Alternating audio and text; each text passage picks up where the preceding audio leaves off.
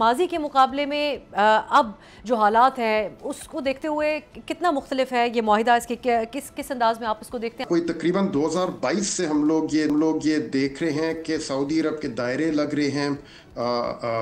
تب وہ army chief صاحب ہوتے تھے، اب ان کو فیلڈ مارشل کا رینک ہو گیا ان کا، اور وزیر اعظم شہباز شریف صاحب بھی اور ان کے تمام کیبنٹ منسٹرز کے 2022 سے شروع ہوئے ہوئے تھے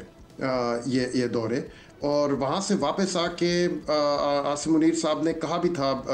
یہاں خبروں میں رپورٹ ہوا تھا کہ کافی انویسٹمنٹ تیار ہوئی ہے گلف کنٹریز میں پاکستان میں آنے کے لیے، بس ہمیں اپنی تیاری کرنے کی ضرورت ہے۔ ہمیں اتنا پوری طرح پتہ نہیں تھا کہ ان کا اشارہ کس طرف ہے۔ کچھ اسپیکولیشن تھی کہ ہم نے اپنے ایسیٹس تیار کرنے، ان کو ٹریڈ دینے میں، اور کچھ اس میں سچائی بھی تھی، لیکن اب کچھ سمجھ میں آنی شروع ہو رہی ہے بات کہ اس قسم کی چیز کی بات جو تھی، جو اب یہ معاہدہ ہوا ہے، اس کی بات تب سے شروع ہو چکی تھی، اور اب جا کے وہ چیز فائنلی ایک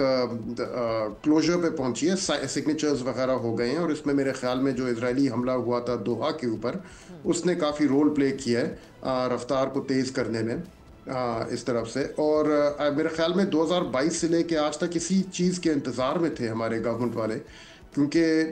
ڈومیسٹکلی کوئی خاص ریفارم تو ان لوگوں نے نہیں کیا اس ٹائم میں، لیکن آئی تھنک ان کو اسی چیز کا انتظار تھا کہ باہر کسی قسم کا ہمارا کسی بڑے ملک کے ساتھ معاہدہ ہو جائے تو پھر ہمیں ڈالرز کی وہ تعداد ملے گی جس سے کے ذریعے ہم لوگ دوبارہ سے معیشت کی جو گروتھ ریٹ ہے اس کو شروع کر سکیں۔ ہماری تاریخ میں یہی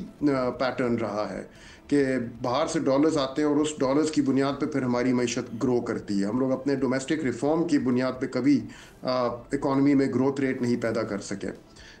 تو لگ رہا ہے کہ اسی ٹائپ کی کوئی اور چیز ایک دفعہ دوبارہ شروع ہو رہی ہے۔ سبسکرائب کریں اور بیل دبائیں تاکہ کوئی خبر رہ نہ جائے۔